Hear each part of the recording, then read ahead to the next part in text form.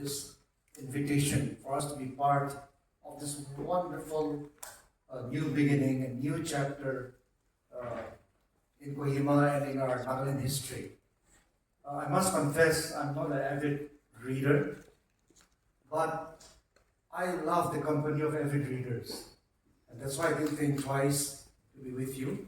And yes, I'm an avid learner too. So just to let you know, I love all of you. And one thing I've always believed and told young people for the last 20 years is, readers are leaders. And when I'm in your midst, I know that I've been prepared for leadership. And for those who are in this movement of the Literature Festival to the open book today, that your leadership means a lot, and that what you do will bear so many fruits in the days to come. As you are aware, TaFMA has a concept called the open house in the entire 17 districts of Nagaland. And now that Writers Collective have launched your open book, hopefully that with coordination with our state partners, district partners in all the 17 districts, that we would have also an open book chapters, sister chapters in all the 17 at the earliest. And I know with Rita's leadership, who can produce almost a book almost every day, and that type of energy, passion, and vision that she has, that within a few months, I know that we're able to see this happen, and I'm sure this will be a welcome thing for young people in particular, who are so used to their reels and mobiles, who actually start pick up a book and read, because again, readers are leaders.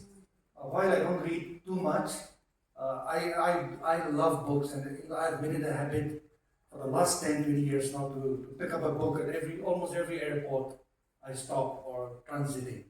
So some are trophies, some are just lying there in my house with the city name, the city and date. But many I have read and have been enriched. And just being with you is very enriching.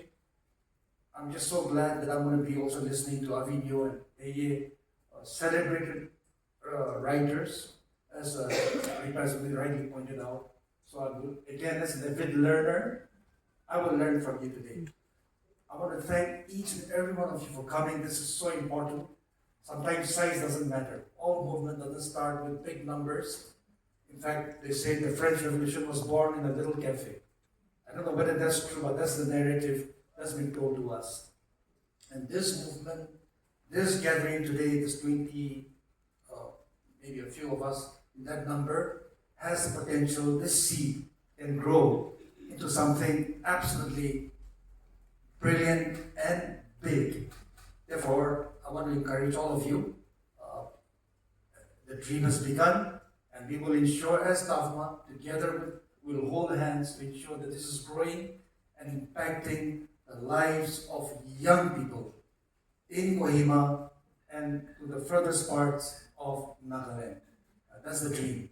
So let's dream together. And as they say, a dream you dream alone is just a dream.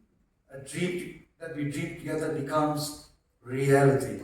The words of John Lennon. So if we dream together, the stars are the limit. No more the skies. The stars are the limit for us. So with those few words once again, thank you for the invitation.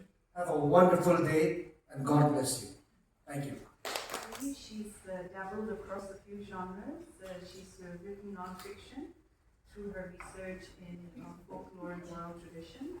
She has written poetry. She has written short stories, and of course, she writes long fiction as well, novels. Secret, which I will let her reveal. I think she's going to working towards something more ambitious also in time to come. But because today our crowd are literary enthusiasts, but also I think a lot of aspiring writers, some of us who are writers who are struggling. So putting all those needs together, there are some questions that we thought we wanted to ask you. The first question I want to ask you is how you came to the business of stories. Like all of us, I think since I was a child, I've always really loved listening to stories and reading books. And I think I still am, but especially as a child, I was quite an introvert, and I would often prefer to sit in a corner and read a storybook or my comics rather than play with friends. And in time, it felt very natural to transition to the role of being a storyteller from being the listener and a reader. So it just happened very organically. My mother gifted me my first journal at the age of 12. I remember that very specifically because that was before I became a teenager. And I've been maintaining a journal ever since then. And whenever daily life became monotonous and there was just nothing new to write, I woke up, went to school, the same thing. I started writing little fictional stories with myself as the heroine, and then later moved on to little fantasy stories. So that was how it all started. That's so wonderful. You've told us about some of your, the personal journey, but in terms of reading, can you tell us some of the literary influences, people you grew up reading?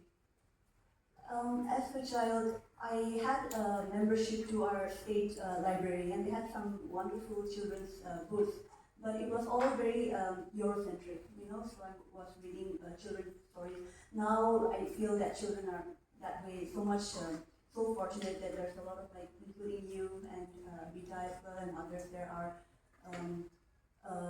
indigenous, stories for Naga stories for little kids as well. But back, during my time, especially when I was actively reading during the 90s, it was all white writers, specifically British writers, and I read a lot of, Enid Blyton and the Mallory Towers, Nokia James series, and so, and it was so enriching, and I enjoyed it, but it was also a kind of very unconscious brainwashing that's happening, So my early stories were all because I was unconsciously